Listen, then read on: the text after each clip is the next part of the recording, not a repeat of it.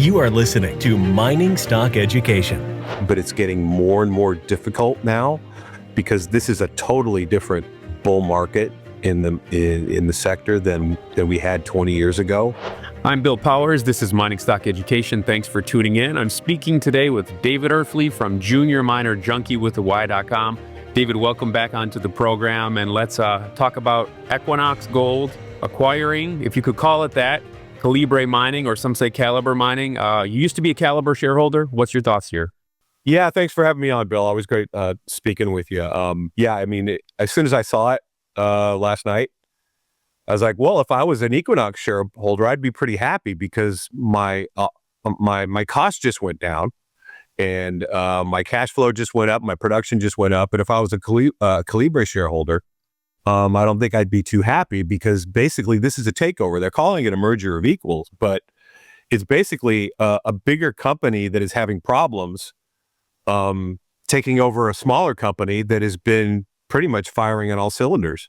Their all-in sustaining costs are really high for Equinox, and it's once the deal is done, Equinox will be 65% owners of the company, and Calibre will be 35% owners of the company.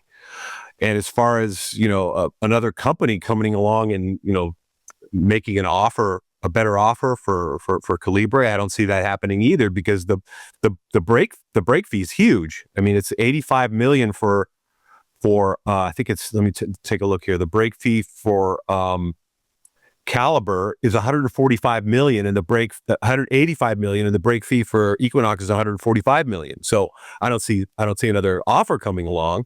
But as far as the deal going through, it looks like Calibre has about 60% retail float, and they need a 2/3 vote. So a majority of the retail investors voting it down could stop it, but it'll probably go through. And it is good for the sector. It's another major mining. It'll create another major miner. And also, if you're Equinox shareholder, your half of your production now is going to come from Canada. So that's good. That's tier 1 jurisdiction. They have some other projects that are in riskier jurisdictions, but it's cost that they've been having problems with. So as far as I'm concerned, I don't have a dog in this hunt. So I'm happy to see it, and it's taking place on the very first day of the BMO conference. So they're going to be buzzing about that there today. So and that's followed by PDAC. So I think we're going to see more M&A transactions on the heels of this during these conferences. That's what these guys are talking about. So this is, this brings more attention to the sector, which is good as the gold price continues to make all-time highs. I mean, I think it's made its ninth all-time high just of the year today. So it's all good for the sector. Dave, what was your reason for selling Calibre? Well, as soon as a company starts to become an acquirer to grow, that's when I get out of it. I did the same thing with Endeavor Mining several years ago. They started to acquire companies, and their share price just continued to go sideways because they're acquiring companies with dilution. And also, Calibre's share structure got blown out. I mean, they were getting close to 1 billion shares. So I sold out of it and rotated the capital into a couple companies that I thought that would stand a better chance of being acquired. So, like I said, this is an acquisition. I don't view it as a merger of equals, but it's an acquisition without a premium. So if I was a Calibre shareholder, I wouldn't be too happy. So you invest in growth-oriented producers, is how you describe it in your portfolio. So what type of growth are you looking for in producers? Well, companies that can grow organically with the projects that they already own. They're de-risking. If they're a growth-oriented producer and they've got a project that's throwing off some free cash flow, and they have some other projects that they're de-risking to add to that growth, that's what I like to see. And also, as far as developers are concerned, that's also what you want to see. You want to see developers being able to de-risk these projects and show the market that they've got blue sky potential, a lot of upside. And, what we're starting to see is some of these companies saying, look, we're not getting any love from the market as we're de-risking these projects. So we need to merge with other companies, maybe acquire a producing mine to throw off free cash flow while we're de-risking these other projects. And companies that have done that have really been rewarded by the market. You see a company like Heliostar that have done that just recently did that. They got a couple of mines from that Argonaut from that Argonaut deal. They got the Mexican. It's funny, they got the Mexican producers that Argonaut were not able to sell while they were Argonaut. And they ended up Heliostar ended up acquiring them, and now they're throwing off free cash flow for the Ana Paula project that they're de-risking in a higher risk jurisdiction. But they got a steal for these mines, and the stock I think it's tripled ever since they announced that deal. A couple other companies have done the same thing, and the market's been rewarding them because the market sees that, hey, these developers that weren't getting very much love because they were basically being diluted as they're de-risking and weren't throwing out, they didn't have any cash flow to cover their costs.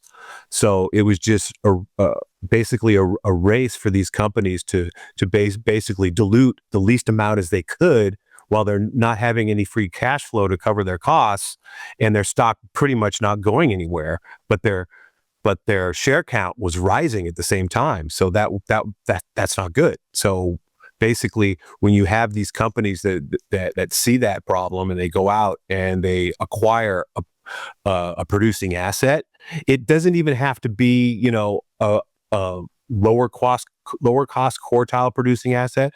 Just that they show the market that they're throwing off really good free cash flow to cover their G&A and maybe put a little more money into the till that they can put into the ground or de-risk their other projects. That's what the market likes to see, and they're instantly rewarded.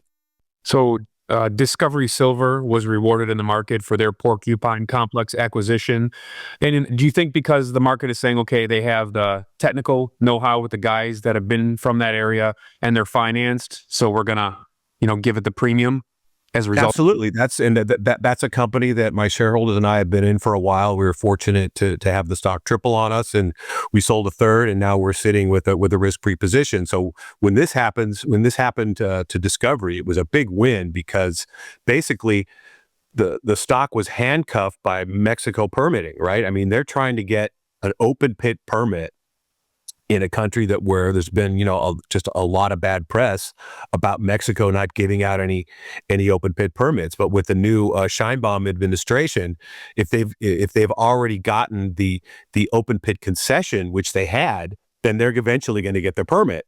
But the market was still, keeping pressure on the stock because Mexico still hadn't issued an environmental permit or a mining permit for like 18 months or so. But recently, Alamos just got an environmental permit for their project. So a lot of companies started to pop on that news. And now that Discovery has made this deal for Porcupine, they're going to have free cash flow.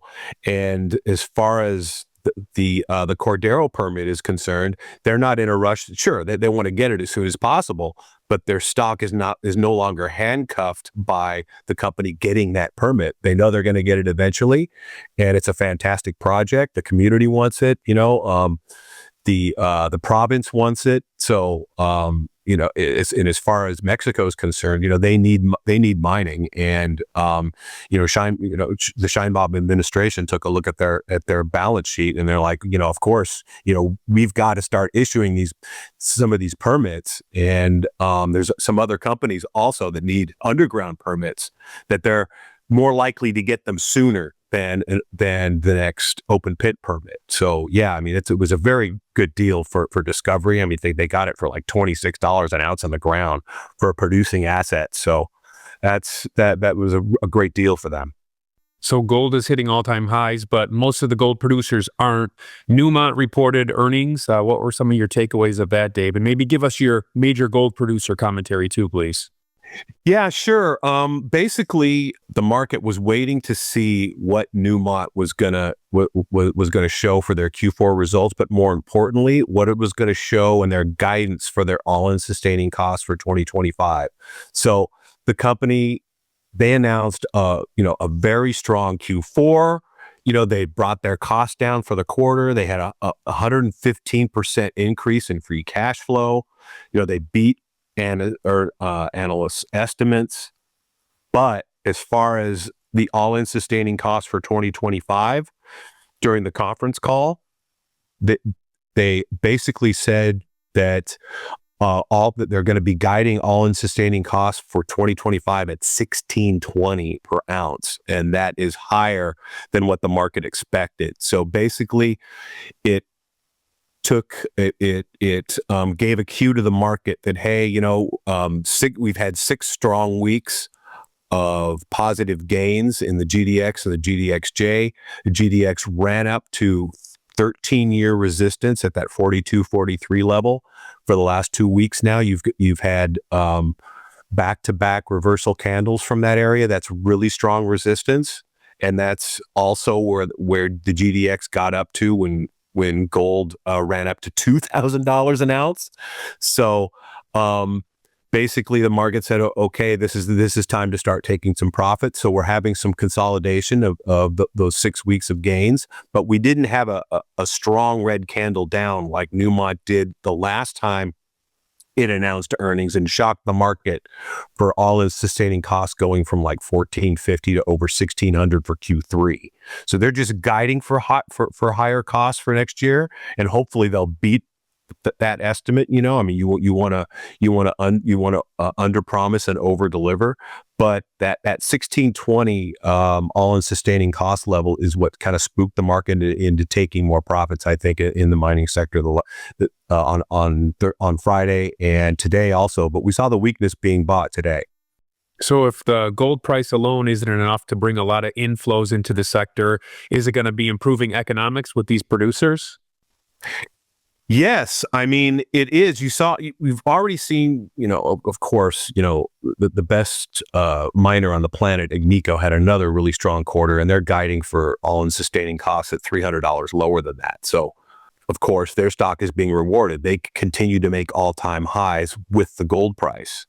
And and Barrick also, they surprised to the upside, and it looks like they've finally got a hold of their problems, solved their issues with Mali. They just paid them $400 and something million finally to settle that issue at Fekola. So as far as Barrick and Newmont is concerned, that's over 20% of the GDX. So they both had strong Q4s. Sure, Newmont is guiding for higher costs in 2025. The stock is getting dinged for that, and but it's not like I said, it's not getting hit as hard as it did for surprising on the downside in cost in Q3, because that was a big shock to the market. And so it's still remained in its uptrend here, and although the sector today is seeing weakness being bought, Newmont is not. The weakness that came into Newmont today, following the cost that they announced last week being higher for this year, it's not being bought yet. So you got to keep an eye on Newmont. If they keep selling off, that's not good for the sector, and that's good. That'll probably be a sign that the sector is going to continue to consolidate under that 13-year really strong resistance level in the GDX at that 43 level. What's your expectations for seasonality? PDAC is coming up starting this weekend. Yeah, like I said, we had that that huge merger announcement of Calibre and Equinox on the first day of BMO, and I expect that they're talking more deals right now, and I expect to see a few more deals coming out. Hopefully, they'll be positive deals. It'd be nice to see mergers coming out of the major mining sector, because basically to attract more capital to this sector, to especially to attract the retail investor to this sector, they've got to grow the market caps need to get bigger, liquidity, more liquidity, bigger, more ounces, and is, like I said, as far as Newmont is concerned, they're the bellwether, and they need to get back above their 200-day moving average, which is around $45 a share. They need to get that share price back up there and start trending in the right direction, which is up, to attract retail investor capital. Because I mean, if you take a look at the volume in the GDX and the GDXJ, it's continued to dwindle lower and lower ever since the COVID spike down. Sure, that COVID spike was just an anomaly, and the mining sector went right back up again as the gold price continued to go higher. But as far as the volume is concerned on these ETFs, it continues to go lower, and that's indicative of retail continuing to shy away from this sector. I mean, you still got this incredible decouple happening with the gold price and the mining sector, because of the fact that these investors continue to be distracted by crypto and AI. They're still doing well and making money in those sectors, and there's really no reason for them to come down into the higher risk gold stocks yet. But of course, that creates the opportunity, and the opportunity here is happening again as the GDX ran up to that 13-year heavy resistance line, and as long as the gold price, I think, stays above $2,800, I think there's a good chance we're going to have that breakout pretty soon. But also, if you take a look at these round numbers, when gold ran up to 1,000 back in 2008, it took a while to get above it. We saw some backing and filling, and of course, we had the 2008 global financial crisis, and that took gold down with it and gold miners down with it, because the gold price had gone up so much, and especially the miners had gone up so much. So margin calls, profits were being taken, and then you had the $2,000 level happen where gold ran up to $2,000. It got stuck there for 4 years the next time. So these strong round numbers have become really, really strong resistance, and where you see a lot of volatility coming in. But as far as the $3,000 gold price is concerned, the gold really has a lot of wind at its back here. You've got the debt situation, you've got central bank continuing to buy, you've got the Donald Trump administration is just chaos and volatility for, it seems like, he's only been in office for a little over a month, and it seems like a year already because of everything that's happened. So I really don't see a catalyst to take the gold price down very far, because as far as technical, what happened if there's more gold in Fort Knox than we thought, Dave? What's your take on that? I mean, as far as that story is concerned, it looks like he's they're going to go down there and take a look at it. I mean, that's not a comprehensive audit. There hasn't been a comprehensive audit of Fort Knox Gold since 1953. And the last time anybody went down there was with cameras, the general public, was 1974. And they said, okay, look, the gold's here. And they showed some pictures, but that wasn't a comprehensive audit. I mean, a comprehensive audit would take about 9 months. And, Besant has said that they want to, monetize some assets for the sovereign wealth fund. But he said, no, I wasn't talking about monetizing gold.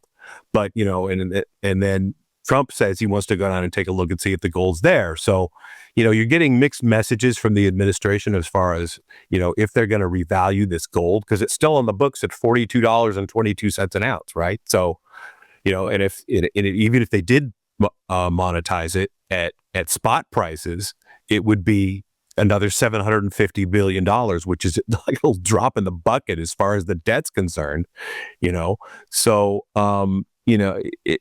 but it's interesting to see that that the administration at least is thinking outside the box, and they're saying that, hey, we've got a debt problem and we need to do something about it. And if he wants to also extend the tax cuts, we got to pay for that somehow also. So I know Musk is with Doge. They're taking a look at the books and they're doing a lot of things and creating a lot of havoc. But that's just been nothing but good news for the gold price. But it is getting overextended, and it is due for a correction that could happen at any time. And it looks like the gold stocks, topped a few weeks maybe before the gold price is topped, because this is what happens. When the gold miners start to show relative weakness to the gold price that keeps going higher, then that's a warning sign that, hey, we're about to have a correction, which needs to happen. I mean, we need some healthy profit taking to take place in the gold price to continue the move higher, instead of, a huge parabolic move. Then we have a sharp spike lower. No, we don't want to see that. What's your thoughts on the silver price? Well, you see the silver price doing the same thing as the miners, right? It continues to show relative weakness to the gold price. Silver, the Maginot line for silver now is $35 an ounce. It needs to get above 35, and we'd especially along with the gold miners, if I'd like to see the GDX get above 43, and the silver price get above 35, and that would basically complete a cup and handle on the silver price and the GDX. It's the gold price breaking out of this 13-year cup and handles why it's so strong, right? Cup and handle patterns are very bullish when you break out of them. And the last time we had this take place in the gold price was at 500. There was a cup and handle at below 500 for about 10 or 11 years. And when it broke out of that, the gold price doubled in a couple of years. So I fully expect the gold price to do the same thing.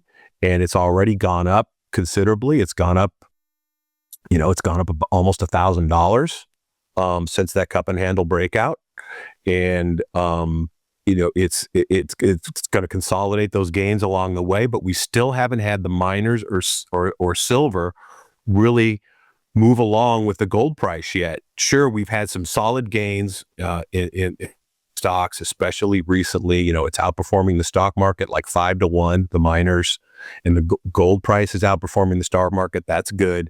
But like I said, we haven't got that volume associated with the mining shares, and we haven't got that gold silver ratio down below 80 again. I mean, it's bumping up against, really strong resistance at around that 90 area. Whenever the gold silver ratio gets around 90, usually is a warning sign that, hey, that silver price is really undervalued to gold, so it needs to start again. The gold silver ratio now is around 88 or so. It's starting to get a little lower, but it really needs to get below 75-1. We really need to get silver showing relative strength to gold and the miners showing relative strength to gold consistently especially for the mining sector to break out and have a consistent breakout. Dave, back in 2011, was it a 30 bagger you had in First Majestic? Like $1 to $3? What was it? Something like that. My two biggest gainers during the last bull market were silver-related issues. One was First Majestic, and I think that was 25 or 26x, and Silver Wheaton, the same thing. And silver always gives you leverage, especially in the juniors, because there's just not a lot of quality silver juniors out there, and all it takes is for you to get a hold to do really, really well in this sector. But it's getting more and more difficult now, because this is a totally different bull market in the sector than we had 20 years ago. I mean, you could pretty much just throw a dart at a junior from 2001 to 2008. And I feel that I'm in the right stocks. I've got myself and I got my subscribers into the right stocks. I've done okay for the past, 8 years since I've had my newsletter and since I got back into this sector after that incredible bear market which saw the GDX go down like 85%. I got back in early 2016 and early 2016, and I've done okay, but I haven't done as well as crypto investors, and I haven't done as well as AI investors.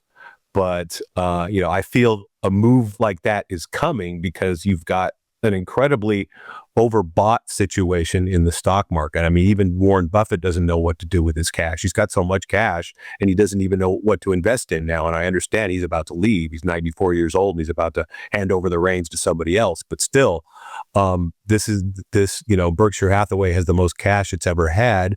If you look at CAPE ratios, they're the highest they've ever been since the dot-com bubble in 2001. So you've got an incredibly overstretched stock market, and that's overbought and overowned. And you've got a gold price that continues to make all-time highs, yet you've got a gold mining sector that's underowned. And most everybody's pretty much thrown up their hands and said, I never want to touch this sector again as far as retail is concerned, that they just need a reason to come back in. So, and I think that reason will be the stock market finally rolling over. Is it happening now? I don't know. I mean, there's been so many false signals of the stock market rolling over. But, when you have a company like NVIDIA finally having a correction of 17% in one day, which, by the way, is 100 billion more than the entire market cap of the entire gold mining sector. That's how small this sector is. So it doesn't take much, but we're just waiting. My subscribers and I are just waiting. We've accumulated a lot of shares in the right companies, and we're just waiting for retail to come in and move these stocks higher. Because basically, you and I and all of these other resource stock speculators, we've basically been trading amongst ourselves for the past decade or so. And there's a lot of games being played on the street because of it, so we're basically just waiting. We've had all this time to collect the right stocks, and I believe we have. And, every once in a while, a company does something I don't like and I'm going to switch it out for another one, but that's okay. We have a basket of about 20 of them. I never put any more than 5% into one company because you never know what can go wrong with any of these juniors. So we're basically holding, and we know this mean reversion event is coming. I mean, every single market has a mean reversion event in both directions. We've seen it time and time again in this sector. We've seen it time and time again in the stock market. The stock market is due for a mean reversion lower, and the mining sector is overdue for a mean reversion higher.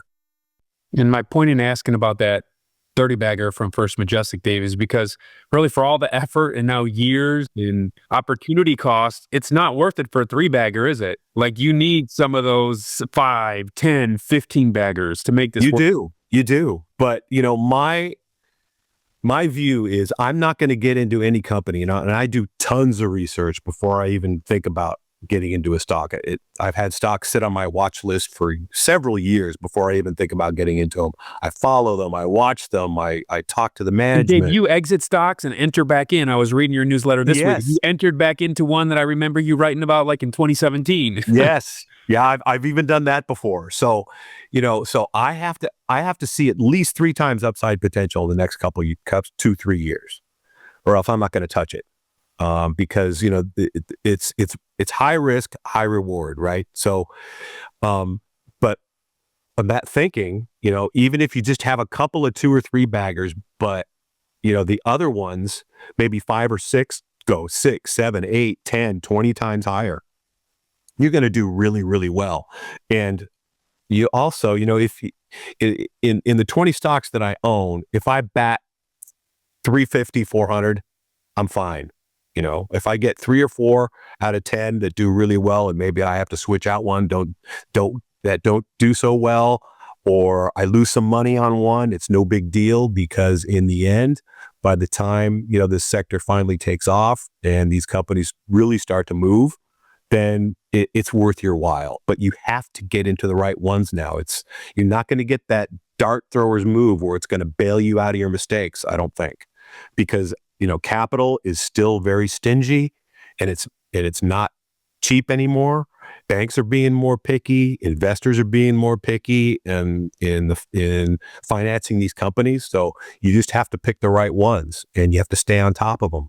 And you have to stay on top of management and stay on top of what they're doing. And if they do something you don't like, that it looks like it's gonna ruin the upside for the long term, then you got to get out of it and rotate that money into something else. David offers an educational service as well as a stock picking service. You can follow his portfolio, look over his shoulder. To find more, you can go to juniorminerjunkiewiththey.com. And he also has a free weekly email that he sends out on Friday nights, and you can sign up for that at his website as well. Dave, always appreciate your insights, and we'll chat with you in about 30 days. Thanks again for having me on, Bill.